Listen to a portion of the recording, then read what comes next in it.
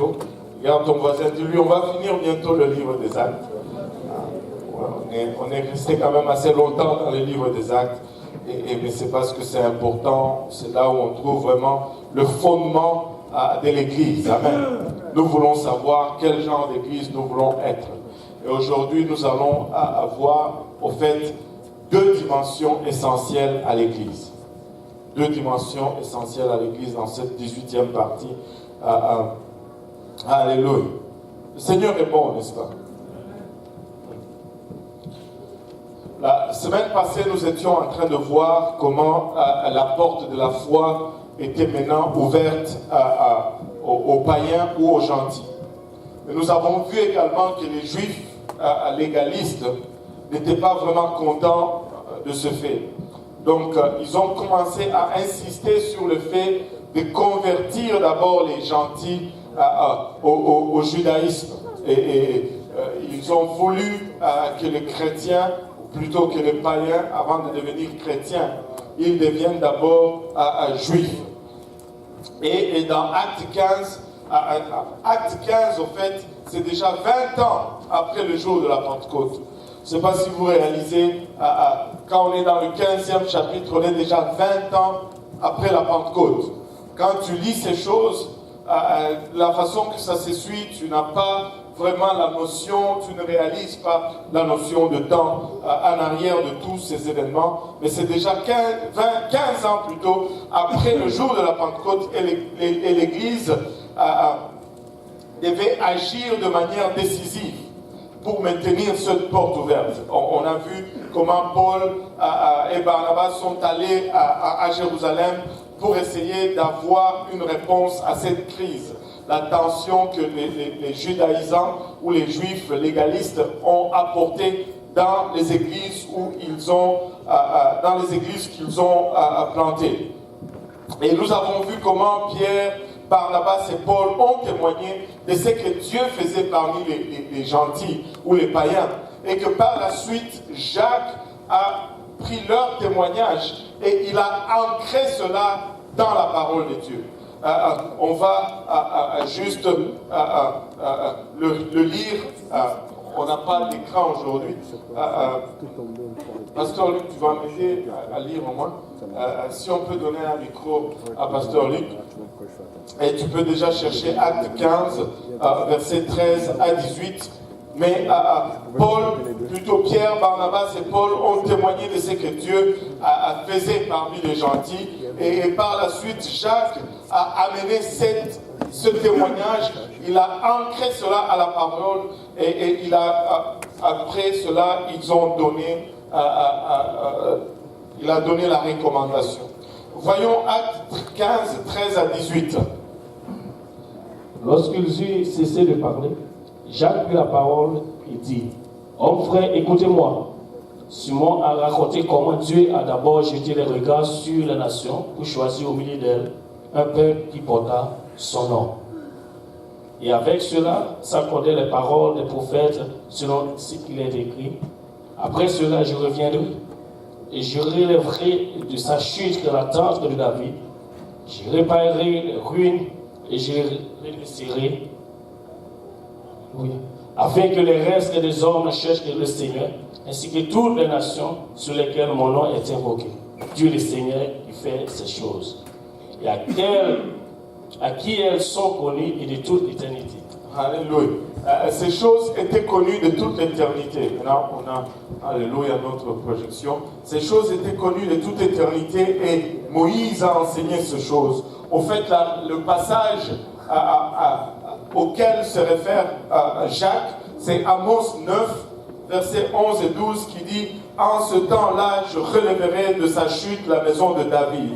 J'en réparerai les brèches et j'en redresserai les ruines et je la rebâtirai comme elle était autrefois. » Au fait, quand tu regardes la parole d'Amos ici, il n'a pas dit qu'il va redresser le tabernacle de Moïse. Il a dit « je relèverai de sa chute la maison de David, afin qu'il possède le reste des noms et toutes les nations sur lesquelles mon nom a été invoqué, dit l'Éternel, qui accomplira ces choses. Au fait, Amos nous indique que les païens ou les gentils ne vont pas venir au tabernacle de Moïse, que le païen ou le gentil vont venir au tabernacle de David. Et il y avait une différence entre le tabernacle de David et le tabernacle de Moïse. En fait, la parole nous indique qu'à un moment dans l'histoire d'Israël, il y avait deux tabernacles en même temps. Deux tabernacles existaient en même temps. Le tabernacle de Moïse qui était à la montagne de Gabaon et le tabernacle de David à la montagne de Sion. Et il y avait une différence fondamentale entre les deux. 2 Chroniques 1, 3 et 4 nous dit... je n'ai pas donné en avance, mais bon. Alléluia. Et Salomon et toute l'assemblée avec lui allaient au autre lieu qui était à Gabaon, car là était le tabernacle d'assignation de Dieu, et que Moïse, serviteur de l'Éternel, avait fait dans le désert. Mais David avait amené l'arche de l'alliance de Kirat et Jéraïm au lieu qu'il avait préparé, car il lui avait dressé un tabernacle à Jérusalem. Waouh!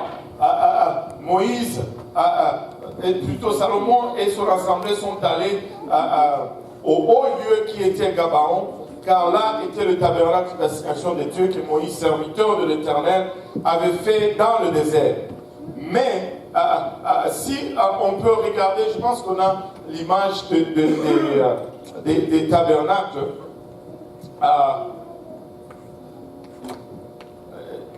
Tu peux me donner, je pense que c'est juste le slide, le prochain slide. On peut voir que le tabernacle de Moïse avait cette particularité. Le tabernacle de Moïse avait un saint des saints. Le tabernacle de Moïse avait une séparation entre le lieu très saint et le saint de saints. Et dans le saint de saints, c'est là où se trouvait l'arche, c'est là où se trouvait la présence de Dieu. Mais tout le monde n'avait pas accès à ce saint des saints ou à ces lieux très saints. Mais le tabernacle de David avait comme particularité qu'il n'y avait pas de voile. David était vraiment le reflet du Nouveau Testament. Le rituel du tabernacle de Moïse était différent. On adorait à l'extérieur et les activités étaient centrées sur l'autel des holocaustes. Et les hommes s'arrêtaient là. Les sacrificateurs entraient dans les lieux saints et là, ils offraient l'encens et ils s'arrêtaient là. Mais dans la présence de Dieu, seule une personne y entrait une fois par année. Mais quand on vient dans le tabernacle de David, alléluia, le culte n'est pas centré sur l'autel des holocaustes. Le culte est centré autour de l'arche. Il y a un accès direct à l'arche. Il y a un accès direct, alléluia, à la présence de Dieu. Il n'y a pas de voile qui sépare les deux. Nous avons été appelés comme gentils au tabernacle de David, qui est centré sur l'adoration, qui est centré autour de l'arche et non en dehors du voile. Nous sommes des adorateurs. C'est pourquoi quand nous venons dans la présence de Dieu, nous devons adorer. C'est pourquoi quand nous venons à la maison de Dieu, alléluia, nous venons premièrement pour adorer Dieu. Nous pouvons venir dans ces lieux et juste adorer, ça serait correct. Ça serait correct. Et peu importe comment était ta journée, quand tu viens ici, laisse ta journée dehors et adore l'Éternel. Peu importe ce que tu as traversé, ne te fais pas voler de ton adoration. David vivait du temps de l'Ancien Testament et il a littéralement adoré jusqu'à ce qu'il a traversé. Malgré qu'il vivait dans l'Ancien Testament, il a joui de la grâce. Alléluia. Il a joui de la grâce de Dieu. Parce que la vie de David était centrée sur l'adoration. Il a littéralement traversé d'une alliance à l'autre grâce à l'adoration. Tu peux adorer ta voix hors de ton problème. Tu peux t'adorer hors de tes troubles. Tu peux t'adorer hors de ta situation. Tu peux t'adorer hors de ta dépression. Tu peux littéralement adorer ta voix hors tout ce que tu fais face. Alléluia. Tu es un adorateur. Regarde ton voisin, dis-lui, je suis un adorateur. Alléluia. Le tabernacle de Moïse était centré sur le sacrifice des animaux. Alléluia. Mais le tabernacle de David est centré sur le sacrifice de louange. Si tu viens ici, tu n'adores pas. C'est comme si tu vas au temple sans brebis ou sans taureau. Alléluia. Regarde ton voisin, dis-lui, à partir de maintenant, je vais toujours adorer. Ne te fais pas voler de ton adoration. Amen. Alléluia. Les gentils étaient appelés au tabernacle de David, pas au tabernacle de Moïse, que nous dit Amos. Et l'accès à l'arche est encore disponible aujourd'hui. Parce que la porte est encore ouverte. Tu peux rentrer dans la présence de Dieu aujourd'hui. Regardez Acte 15, verset 19 avec moi. Et là, Jacques va nous donner cet avis. C'est pourquoi je suis d'avis qu'on est créé par des difficultés à ceux qui sont païens qui se convertissent à Dieu.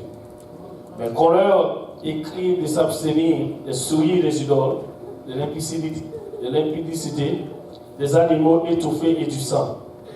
Car depuis bien des générations, Moïse a dans chaque ville des gens qui le prêchent, puisqu'on le lit tous les jours du sabbat dans les synagogues. Alléluia. Et la conclusion de cette histoire était que les gentils ou les païens ne devaient pas être obligés de devenir juifs pour devenir chrétiens. Amen. Ils ne devaient pas avoir à s'approcher de Dieu à travers le culte judaïque ou les rituels judaïques. Cependant, ils devaient néanmoins quitter leur ancien système d'adoration. Amen. Ils ne devaient pas être juifs, mais cela ne veut pas dire qu'ils devaient rester dans leurs anciennes affaires. Ils devaient abandonner leurs anciennes façons d'adorer et d'adorer à la nouvelle façon. Amen. Maintenant, il dit ces choses avaient toujours été prêchées par Moïse, mais les païens, eux, ne les savaient pas. Amen. Et les 4 commandements donnés ici ce ne sont pas là les seules choses ou les seuls commandements auxquels les païens doivent obéir. Ça serait ridicule, au fait,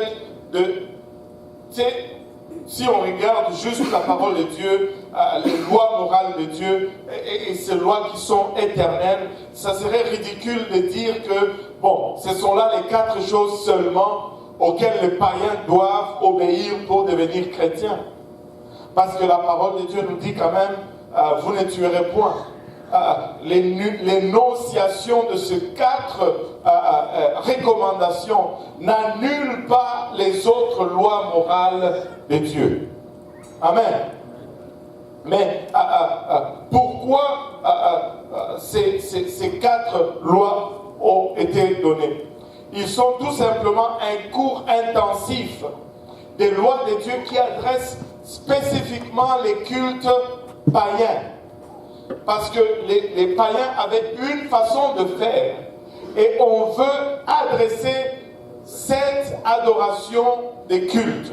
Premièrement, la souillure des idoles, c'est-à-dire le sacrifice aux images dans les temples païens. Ils avaient des statuettes auxquelles ils offraient des offrandes. Ils avaient des objets ou des lieux qu'ils idolisaient, auxquels ils offraient des sacrifices. Au fait, Jacques est en train de dire, vous ne pouvez plus faire ces pratiques-là. Souillure des idoles. Alléluia. Ou l'idolâtrie. L'autre chose, c'était l'impudicité. Dans les temples temples païens, dans les cultes païens, il y avait cette pratique d'avoir des prostituées ou de se lancer dans des relations sexuelles dans le sens d'adorer leurs idoles. Il dit, comme chrétien, vous ne pouvez, ça ce n'est pas une façon d'adorer Dieu. Vous ne pouvez plus continuer à faire ces pratiques sous la couverture d'adoration, en fait. Les animaux étouffés, ou la nourriture, ça fait référence à la nourriture sacrifiée aux esprits ou aux démons dans les rituels païens. Je ne sais pas si, ceux qui viennent des pays comme chez nous, ils savent qu'est-ce que ceci signifie quand il y a les pratiques occultes ou toutes ces choses.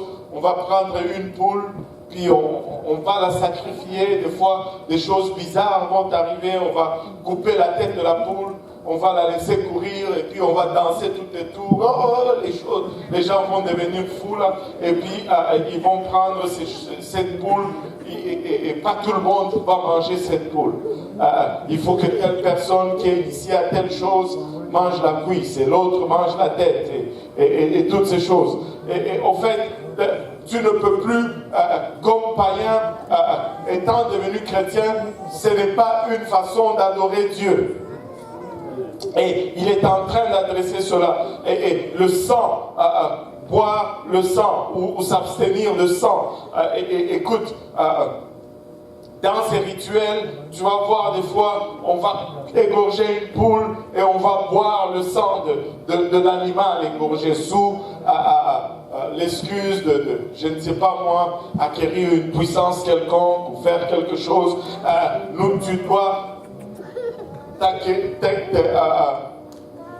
Tu dois t'abstenir, le mot que j'ai cherché, tu dois t'abstenir de boire du sang de ces animaux sacrifiés dans les rituels païens. En fait, il n'est pas en train de dire que voilà ce que vous devez faire comme chrétien. Il est en train d'adresser les pratiques des cultes païens. Que vous n'allez plus faire ça pour adorer Dieu. Amen. Vous savez, nous avons toujours tendance à faire comme nous le faisions. Je vais vous raconter une petite anecdote. Le frère David Bernard, quand il était, maintenant c'est lui le surintendant de l'église, mais à l'époque, il était encore pasteur de son église au Texas, à Austin. Et là, il y a eu des gens du Burundi qui venaient dans son église. Alléluia. Wow. Alléluia. Il y a quelqu'un qui aime les gens du Burundi ici. Alléluia. Alléluia. Il y a quelqu'un d'autre qui aime les gens du Burundi. Alléluia. Maintenant, quand ils ont commencé à venir, il a tout de suite saisi l'opportunité. Je pense qu'il a commencé à avoir un service en Kirundi et ainsi de suite. Et là, tous ces Burundais, et quand on adorait Dieu, ils venaient y danser. Il y a une particularité en Afrique. C'est que les gens dansent de la même façon. Ce n'est pas qu'on nous apprend à danser ou on se dit on va danser comme ça. C'est que telle musique, telle façon de danser. Mais les Américains qui rentraient à l'église, ils ont commencé à propager une nouvelle comme quoi, dans l'église de Bishop Bernard, on fait la chorégraphie. Et bien sûr, on ne fait pas de chorégraphie dans l'église. Mais eux, ils adoraient tout simplement de la façon qu'ils adorent chez eux. Amen. Et quand tu vas presque partout en Afrique, dans tel coin, les gens vont danser de la même façon. Ce n'est pas qu'ils se mettent d'accord pour danser comme ça, mais c'est comme ça que ça se fait chez vous. C'est pourquoi quand vous nous voyez adorer, souvent, on danse pareil. Alléluia. Et même, au fait, s'il y a de ces choses comme ça dans votre pratique, et que vous rentrez à l'église. Au fait, Jacques est en train de dire à ces païens, vous n'allez pas adorer. Il y a certaines choses que vous faisiez, vous ne pouvez pas le faire de la même façon. Il n'est pas en train de dire, si vous devenez chrétien, voilà ce qu'il faut faire pour devenir chrétien. Non, il est en train d'adresser leur pratique païenne. Amen. Donc, on ne va pas se limiter sur ces 4 choses. Et j'insiste là-dessus. Parce que nous avons tendance très souvent à prendre une portion. Voilà, maintenant, c'est ça que ça prend pour être chrétien, mais pourquoi on me fait baptiser? Non, ce n'est pas ça. Alléluia. J'espère que j'ai été assez clair là-dessus. Acte 15, versets 22 à 27. Acte 15, versets 22 à 27. Alors il parut bon aux apôtres et aux anciens, et à toute l'Église, il choisit parmi eux et d'envoyer à Antioche avec Paul et Barnabas, Jude appelé Barnabas et Silas, hommes considérés comme entre les frères. Il échangeait d'une être ainsi conçu. Ainsi, il conçut les apôtres, les anciens, et les frères aux frères d'entre les païens, qui sont à Antioche, en Syrie, Cilicie, salut. Ayant appris que quelques hommes partis de chez nous et auxquels nous avions donné aucune ordre, vous ont troublé par les discours et ont ébranlé vos âmes. Nous avons jugé à propos, après nous être réunis tous ensemble, de choisir des délégués et de vous les envoyer avec bien-aimé Barnabas et Paul, et des hommes qui ont exposé leur vie pour le nom de notre Seigneur Jésus. Nous avons donc envoyé Jude et Silas, et qui nous annonceront de leur bouche la même chose, car il a paru bon au Saint-Esprit et à nous de nous imposer d'autres charges que ce qui est nécessaire. Voilà. On va continuer tout de suite, mais regardez ce qu'il dit ici. Il dit, nous vous chargeons, nous vous envoyons, nous avons appris que quelques hommes partis de chez nous, ils sont partis d'ici, et auxquels nous n'avions donné aucun ordre. Ces juifs qui sont venus vous dire que vous devez vous judaïser, vous devez vous circoncire, vous devez faire tel culte ou tel culte judaïque avant de devenir chrétien. Oui, c'est vrai qu'ils sont sortis de chez nous. Mais nous ne les avons pas envoyés. Ils sont venus vous troubler, mais cela n'était pas de notre part. Il faut faire attention à qui on écoute. Amen. Il dit, ayant appris cela, ces gens sont venus vous troubler par leur discours et ont ébranlé vos âmes. Nous avons jugé à propos, après nous être réunis tous ensemble, de choisir des délégués et de vous les envoyer avec nos bien-aimés Barnabas et Paul. Écoutez, Dieu est un Dieu d'ordre. Je ne peux pas juste me lever et partir et aller commencer à annoncer des choses à gauche et à droite. Ceux qui ont fait cela, littéralement, ils sont sortis du milieu d'eux, mais ils n'étaient pas ils ne faisaient pas partie d'eux. Regardez ce que dit 1 Jean, verset 2, 1 Jean 2 plutôt, verset 19. C'est spécial ce qu'il dit. Ce n'est pas parce que quelqu'un vient ici à l'église qu'il peut sortir et aller trouver un groupe de témoins et commencer à leur imposer des choses. Non. Il faut demander une bénédiction. Il faut être chargé pour faire une mission. Regardez, 1 Jean 2, 19 nous dit ceci. Ils sont sortis du milieu de nous, mais ils n'étaient pas des nôtres.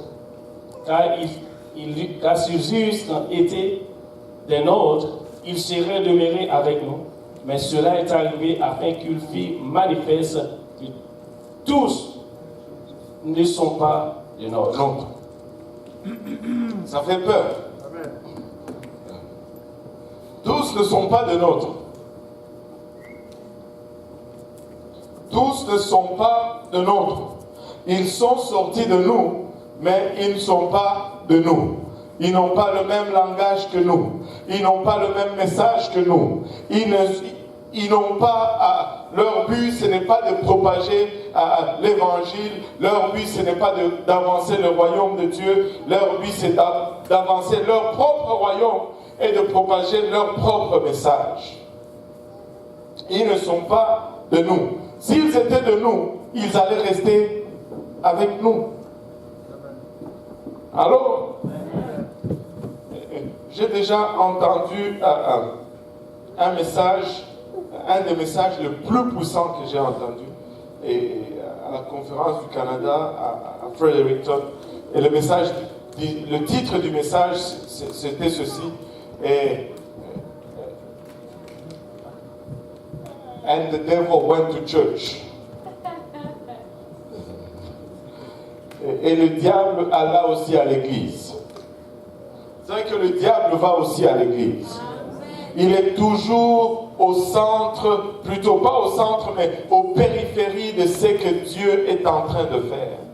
Il ne va jamais être au centre, parce que s'il vient au centre, il risque d'être transformé. Mais il va toujours être aux périphéries de ce que Dieu est en train de faire. Ils sont de nôtres, mais ils ne sont pas... ils étaient parmi nous, mais ils ne sont pas de nôtres.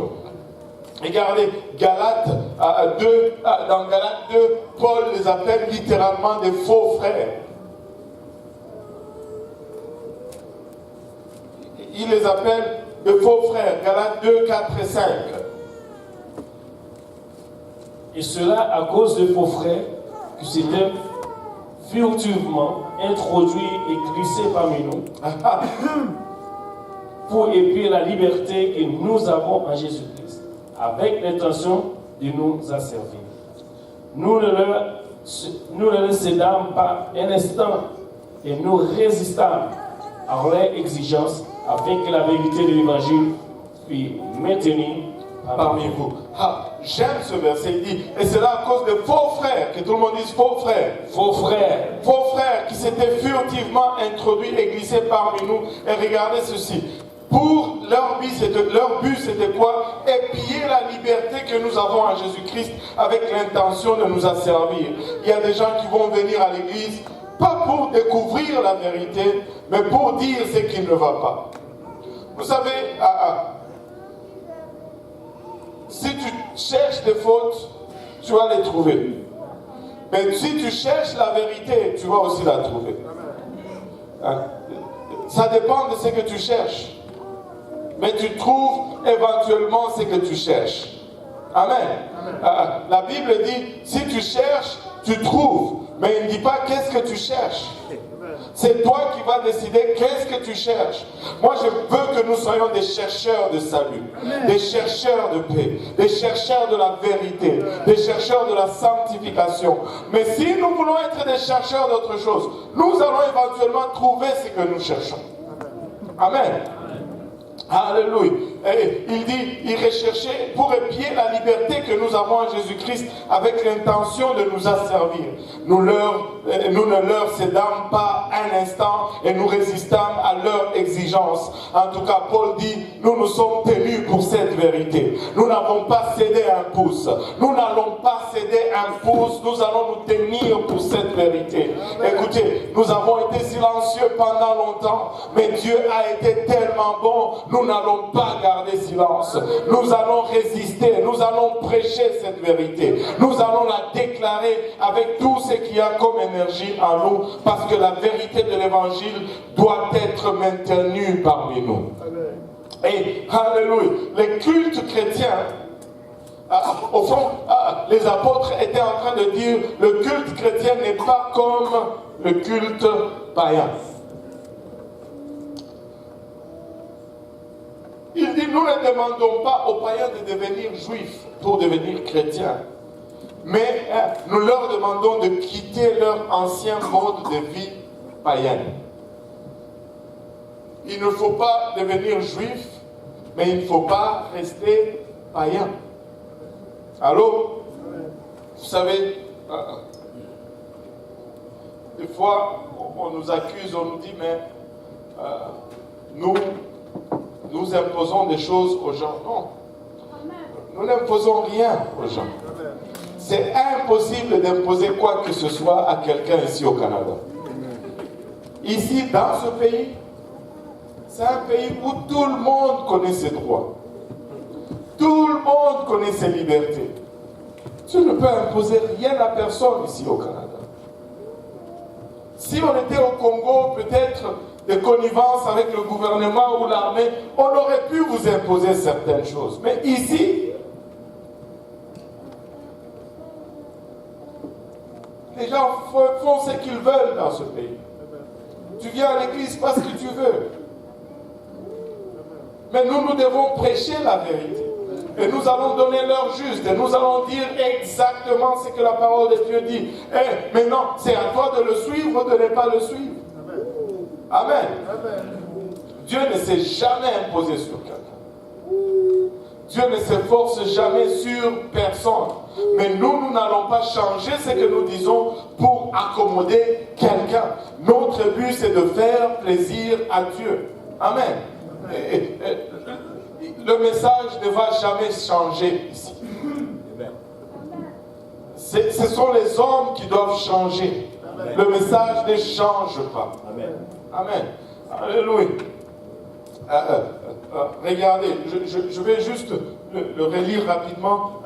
Acte 15, 28 à 35, car il a paru bon au Saint-Esprit et à nous de vous imposer d'autres charges que ce qui est nécessaire, savoir de vous abstenir des viandes sacrifiées aux idoles, du sang, des animaux étouffés et de l'impudicité, choses contre lesquelles vous trouverez bien de vous tenir en garde. Et puis, adieu. Au revoir. Eux donc, ayant pris congé de l'Église, allèrent à Antioche, où ils remirent la lettre à la multitude assemblée. Après l'avoir lu, les frères furent réjouis de l'encouragement qu'elle leur apportait. Jude et Silas, qui étaient eux-mêmes prophètes, les exhortèrent et les fortifièrent par plusieurs discours. Au bout de quelque temps, les frères les laissèrent en paix retourner vers ceux qui les avaient envoyés. Toutefois, Silas trouva bon de rester, et Paul et Barnabas demeurèrent à Antioche, enseignant et annonçant avec plusieurs autres la bonne nouvelle de la parole du Seigneur. Alléluia. Littéralement, c'est avec cela que l'Église du 1er siècle luttait dans Acte 15. C'était vraiment ceci. Comment est-ce que à qui était destinée l'Église? L'Église, c'est pour qui? Et c'était pour les Juifs seulement? Ou les païens avaient aussi accès à l'Église? Vous savez, nous ne déterminons pas qui fait partie de l'Église. C'est le Seigneur lui-même qui choisit. Il n'y a pas ceux qui sont appelés et ceux qui sont rejetés. Toute âme est égale devant Dieu, qu'il soit jaune, rouge, vert, blanc ou chocolat, peu importe, devant Dieu, notre sang a la même couleur. A la même couleur. Écoutez, un ivrogne est aussi précieux aux yeux de Dieu que celui qui est sobre. Mais au final, Dieu va vouloir que l'ivrogne sorte de l'ivrognerie pour vivre selon les préceptes de Dieu. Mais au départ, on doit rendre ministère à un ivrogne comme on le rend à l'agent de cadre dans la société quelconque. On doit rendre ministère à un sans-abri comme on rend ministère à celui qui a la plus grosse maison dans la ville ou peu importe. Mais vous savez, les deux, quand ils viennent au Seigneur, ils ne sont pas... ils ont le même privilège, mais ils ont aussi les mêmes obligations. Ce n'est pas parce qu'il est venu à l'église comme l'ivrogne qu'il doit faire l'ivrognerie dans l'église. Non. il doit aussi se redresser. Ce n'est pas parce qu'il vient d'une de la plus grande maison du quartier qu'il doit avoir maintenant le privilège dans l'église. Non, il doit aussi suivre les mêmes règles, le même principe et être traité de la même façon. Amen. Alléluia. Et mon iPad s'est éteint là-dessus. Alléluia. J'ai été choqué hier. Et j'étais dans une réunion avec les dirigeants de l'Église du Québec. Et là, dans la réunion, un des frères avait, un de ses crayons à Paul, et il écrivait sur son iPad. Et c'est vraiment cool et très pratique, parce que tu peux mettre tes notes sur ton PDF et ça reste là. Et je me suis dit, je dois m'en acheter un. Aujourd'hui, je rentre dans le bureau, je vais sur le net, j'étais choqué. C'est si cher que ça. $120 pour ces trucs. Moi, je pensais que ça allait être 15, $20. J'ai dit, maman, je vais garder mes crayons et je suis correct. Ce n'est pas possible. Oublie ça à Paul. L'argent, c'est... Alléluia, même, gloire à Dieu. Et maintenant, toute église va lutter avec cette chose. Tu sais, il y a une force naturelle pour chaque église et chaque congrégation. Et l'attraction naturelle ou la gravité naturelle d'une église est toujours dirigée vers l'intérieur au lieu d'être dirigée vers l'extérieur. Et c'est vraiment particulier. La force de gravité est toujours dirigée vers l'intérieur. Ça, c'est la nature est comme ça. Mais nous devons lutter contre cela. Nous devons nous garder de cela. Les églises qui se décident de préserver ceux qui sont sauvés. Ça, c'est comme une théorie. On dit que si on veut préserver ceux qui sont sauvés, on ne va jamais être préoccupé de ce qui doit être sauvé. Ça ne va pas être comme ça.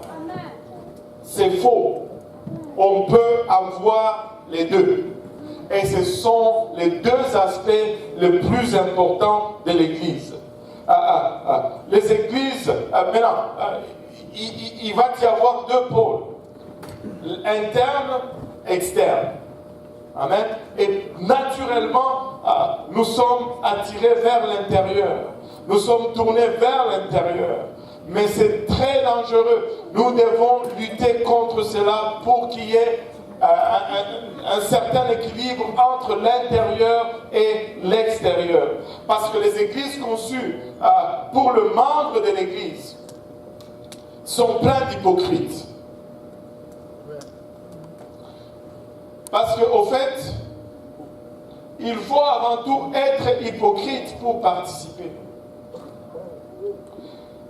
La transparence, l'honnêteté sont dangereuses dans une église pour les membres de l'église.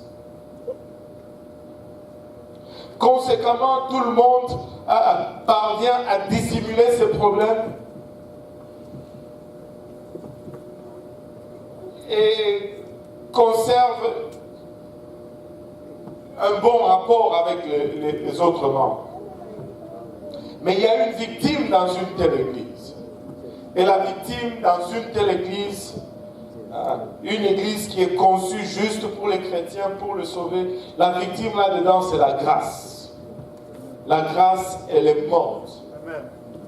Et l'autre type d'église, à l'autre extrême, on trouve ceux qui déclarent que l'église est pour tout le monde, au fait. Sans distinction de croyance ou de comportement. Cette église, ou ce type d'église, attache plus d'importance à l'ouverture et à la tolérance qu'à l'obéissance et à la vérité. Et ils finissent par choisir les parties de la Bible qu'ils vont croire et d'autres qui ne vont pas croire parce que ça va créer des inconvéniences dans la Bible. Mais dans ce type d'église, il y a aussi une victime. Et la victime dans ce type d'église, c'est la vérité. Dans le premier type, la grâce est morte. Dans le deuxième type, la vérité est morte. Maintenant, qu'allons-nous faire? C'est quoi notre attitude entre ces deux extrêmes qui nous tirent d'un côté vers l'autre? Et il y a une pression. Les gens vont vous dire non, vous êtes trop fermés, vous devez être ouverts. D'autres vont vous dire non, vous n'êtes pas trop saints, vous êtes trop strict. C'est quoi la balance? C'est quoi vraiment le juste équilibre? Que devons-nous faire? Alléluia. Nous allons faire ce que l'Église du premier siècle a fait. Et même plus important, nous allons faire exactement ce que Jésus-Christ lui-même a modelé dans son ministère terrestre. C'est là, dans nos Bibles, c'est tellement devant nos yeux que nous ne le voyons pas. Jésus était plein de deux choses.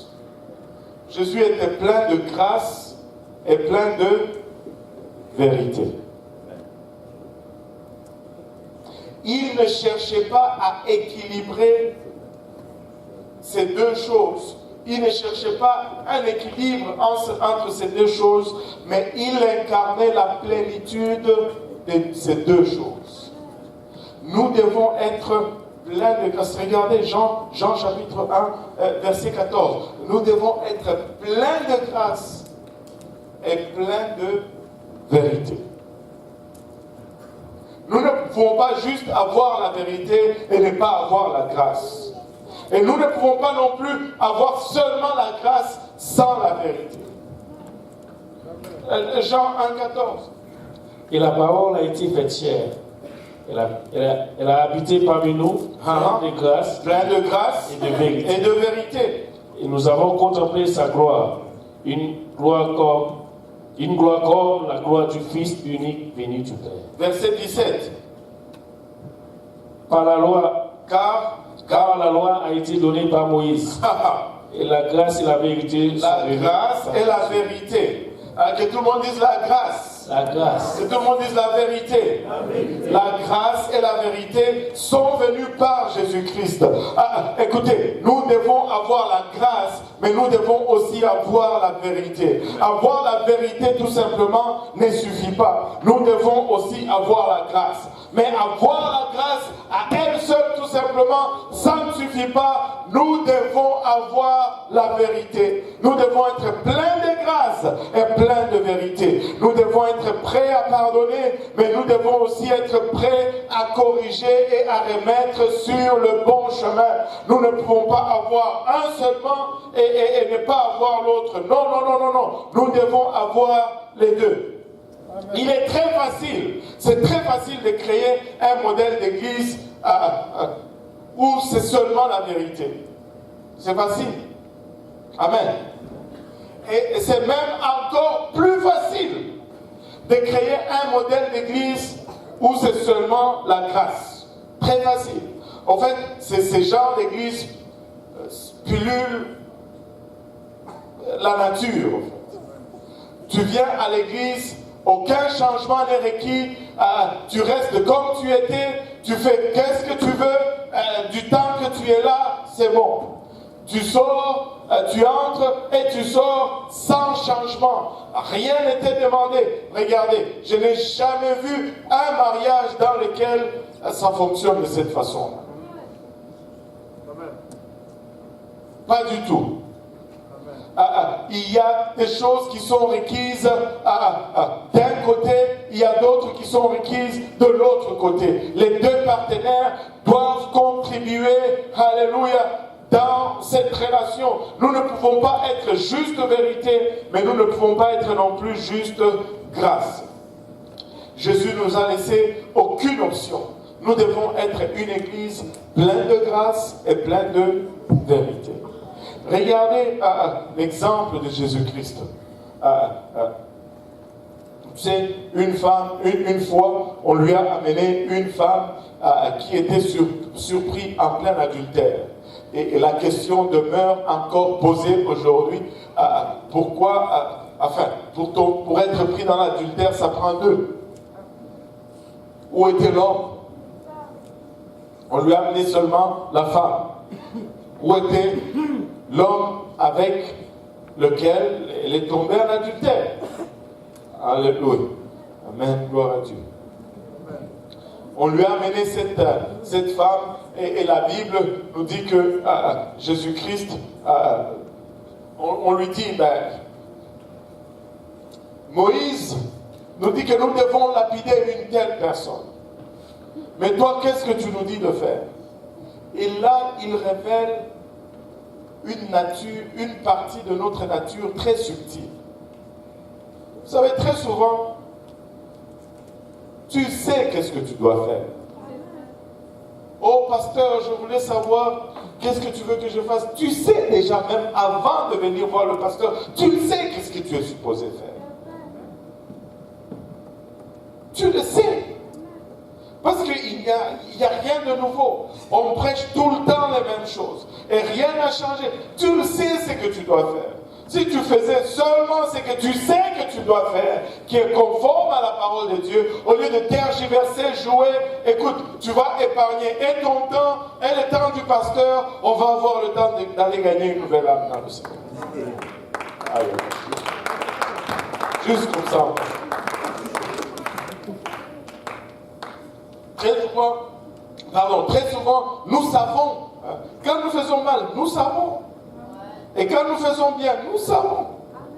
Et quand ce que nous faisons n'est pas vraiment bien, c'est que nous savons. Nous savons. Je ne peux pas le dire plus que ça, mais nous savons. Anyway. Ils savaient déjà, ils disent eux-mêmes, Moïse nous dit de lapider, mais allez lapider. Pourquoi vous venez me voir? Alors, Jésus ne dit rien. Mais la Bible nous dit qu'il est en train d'écrire sur le sol. On ne sait pas qu'est-ce qu'il écrivait, mais apparemment, tous ces gens qui regardaient, ils ont commencé à laisser tomber leurs pierres et à partir un à un, du plus grand jusqu'au plus petit. C'est spécial parce qu'il dit qu'il s'enfuyait du plus grand au plus petit. Pourquoi du plus grand? Moi, ça, c'est juste moi. Hein. C'est la version Louis Dieudonné. Enfin, pas Louis Seco, mais Louis Dieudonné. Alléluia. Alléluia. Probablement parce que plus vieux tu es, plus de péchés tu es. C'est juste une question mathématique. Les probabilités sont telles que plus de temps tu as passé sur cette terre, plus ta liste est longue. Et donc, si on écrit une première chose, tu as plus de probabilité de retrouver cette chose sur ta liste en premier. Donc, ceux qui avaient les listes les plus fournies, qui étaient plus vieux, ont été les premiers à partir. Alléluia. Ça, c'est juste moi. Ce n'est pas une théologie. N'en faites pas une théologie. Amen. Alléluia.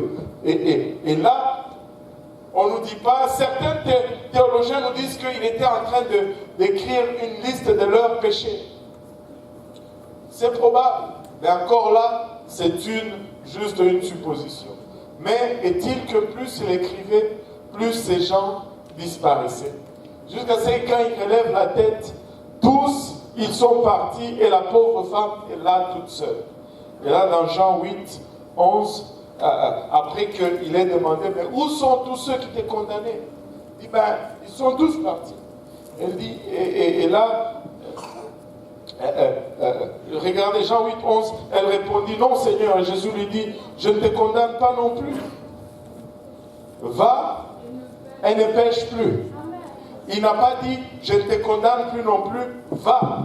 Ça, c'est la grâce. Amen. Mais il a dit, ne pêche plus. Ça, c'est la vérité. Il doit toujours avoir un équilibre de deux. On doit pardonner le péché, on doit accepter les erreurs, mais on doit corriger dans le futur. On ne reste pas dans nos erreurs. Dieu ne nous sauve pas dans nos péchés, mais il nous sauve dès nos péchés. Va, je ne te condamne pas, mais ne pêche plus. La vérité. Amen. Regardez, Actes 15, 19 dit, c'est pourquoi je suis d'avis qu'on ne crée pas de difficultés à celles de païens qui se convertissent à Dieu. Le but de l'Église, ce n'est pas de rendre le service de Dieu difficile. Non, le but de l'Église, c'est de faciliter, d'aider les gens à servir Dieu. Vous savez, quand les gens viennent dans l'Église, ils viennent des passés différents. Les historiques sont différents. Les personnalités sont différentes. Il y a de ces choses qui vont prendre à une personne peut-être 6 mois, 1 an avant de les assimiler. Mais une autre personne va venir aujourd'hui, bang, et demain, elle est déjà embarquée dans telle ou telle recommandation de la parole de Dieu. Pourquoi? Juste parce que son background, son passé est tel ou tel. Mais Dieu nous appelle à être témoins et non juges. Amen. Dieu nous appelle à être des encourageurs et non des décourageurs. Amen. Vous savez, et ça, je ne sais pas pourquoi c'est toujours comme ça. C'est tout le temps ceux qui ont pris le plus de temps pour changer, qui sont encore plus difficiles, plus durs sur les nouveaux. Oui. Je vais voir quelqu'un, ça lui a pris 3 ans avant d'arriver à accepter telle ou telle chose. Mais l'autre est venu dans l'église, ça fait 3 semaines, et il veut déjà que tu changes. Tu sais que tu ne peux pas venir à l'église comme ça. Mais qui t'a dit ça? Qui t'a dit ça? Laissez Dieu prendre soin de cela. Laissez Dieu prendre soin de cela. Amen.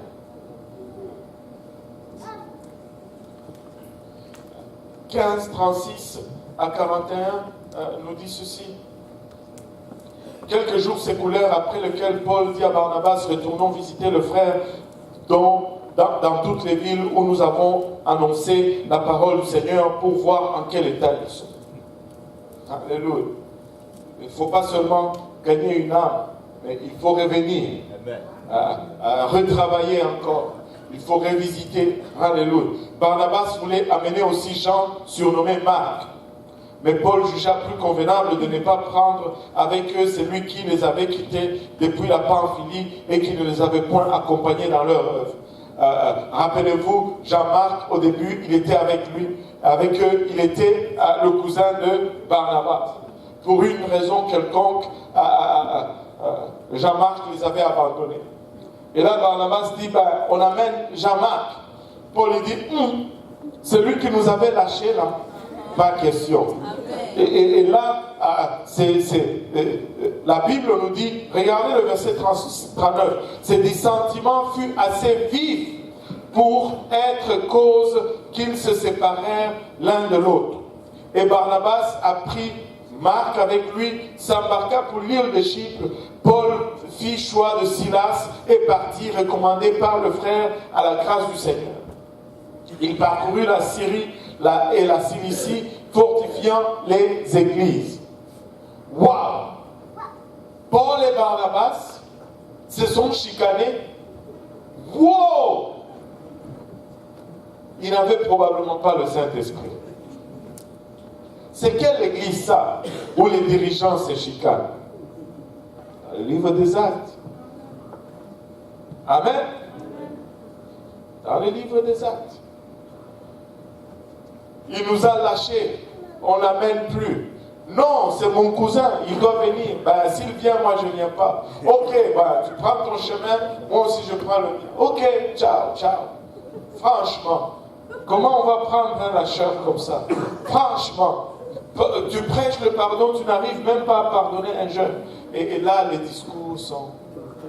Amen. Tu sais, il y a des choses qui ne changent jamais. Nous sommes juste une église tombale. Oh, Barnabas voulait encore une fois amener son cousin Jean-Marc avec eux lors de ce deuxième voyage. Mais Paul a refusé parce qu'il les avait déjà abandonnés une fois. Et il n'était plus digne de confiance. Et la dispute était vive, tellement vive, qu'ils se sont séparés et avaient même choisi de nouveaux partenaires. Qui avait raison? Qui avait vraiment raison? On ne sait pas. Mais laissez-moi vous dire, c'est pas grave. C'est pas grave qui avait raison, qui n'avait pas raison. Ce n'est pas important. Le plus important maintenant, c'est qu'il y avait deux équipes missionnaires qui sillonnaient. Il y avait maintenant deux équipes missionnaires. Ce qu'on pouvait faire en 2 ans, on pouvait le faire en 1 an seulement. C'est pas grave. Tu as raison, c'est pas grave. Oh, j'ai raison, mais c'est pas grave. Allons travailler pour le Seigneur. Allons, faisons avancer, alléluia, le royaume de Dieu. On n'est pas là pour avoir raison, on est là pour être sauvés. S'il était juste question d'avoir une raison, nous serions tous perdus. Alléluia. Mais non, ceci n'est pas une licence pour pécher. Oh, là vous m'abandonnez. Vous n'applaudissez plus. Ceci n'est pas une licence pour pécher. Nous devons bien faire. Ce n'est pas assez d'avoir raison, mais nous sommes appelés à bien faire. Amen. Il y avait maintenant 2 équipes missionnaires. Acte 13. Paul et ses compagnons s'étant embarqués à Paphos se rendirent à Perge en Pamphylie. Jean se sépara d'eux et retourna à Jérusalem. Jean-Marc, c'est ce qu'il avait fait. Ils étaient en route en mission, en pleine mission. Il dit, je pars. Et ce n'est pas une bonne chose de faire cela. Mais aussi, 10 ans après, revenir encore sur la même chose, ce n'est pas une bonne chose non plus. Amen. Paul avait amené Silas pendant que Barnabas était reparti avec Marc pour l'île de Chypre, son pays d'origine, où le premier voyage missionnaire a commencé. Cependant, des années plus tard, dans sa toute dernière épître, quand il est en train d'écrire à Timothée, regardez 2 Timothée 4:11. 2 Timothée 4:11, pasteur.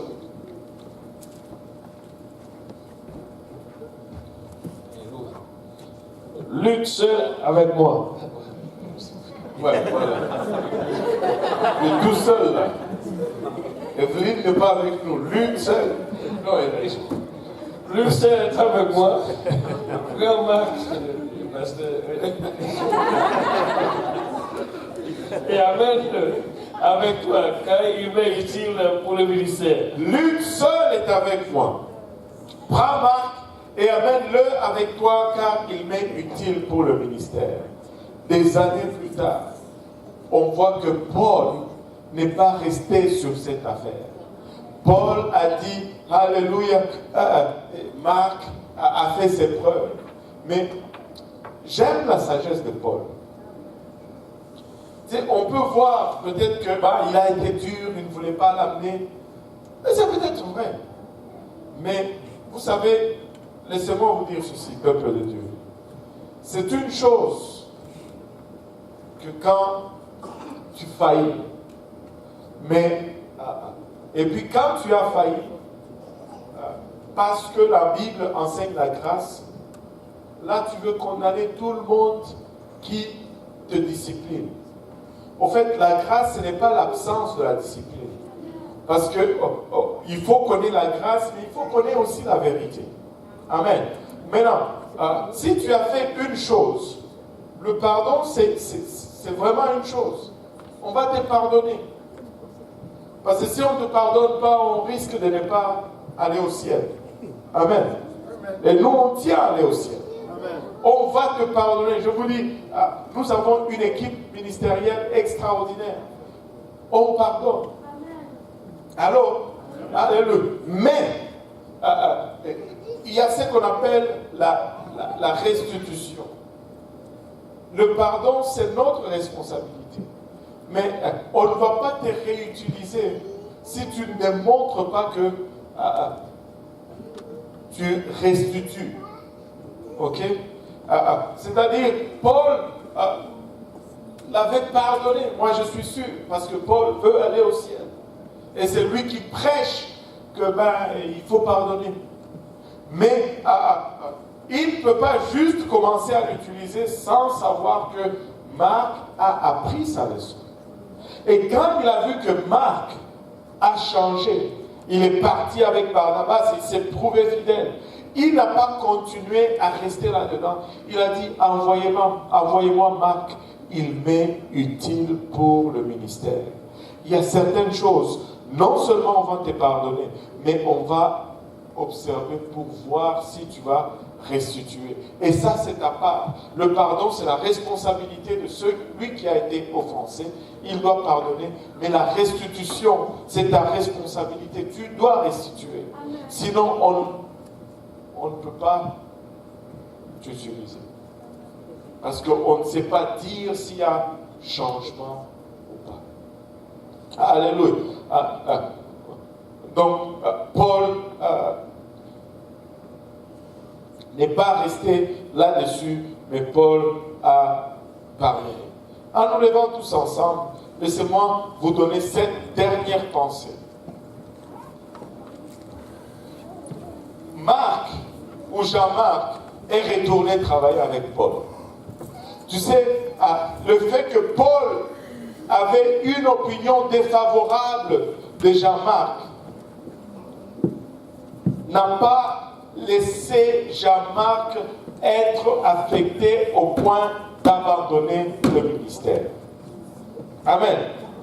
Et laissez-moi dire à cette belle congrégation aujourd'hui, l'opinion de quelqu'un d'autre sur toi, même l'opinion d'un dirigeant, n'est pas le dernier mot sur ta vie. Amen. Tu as le dernier mot sur ta vie. Amen. Alors, mais garde une bonne attitude et reste fidèle. Garde une bonne attitude et reste fidèle. Peu importe l'opinion des gens, garde une bonne attitude et reste fidèle. L'opinion de quelqu'un d'autre n'est pas le dernier mot sur ta vie et ton ministère. Amen. Si Jean-Marc avait laissé l'opinion de Paul être le dernier mot, on n'allait pas le voir être rappelé dans l'épître de Timothée.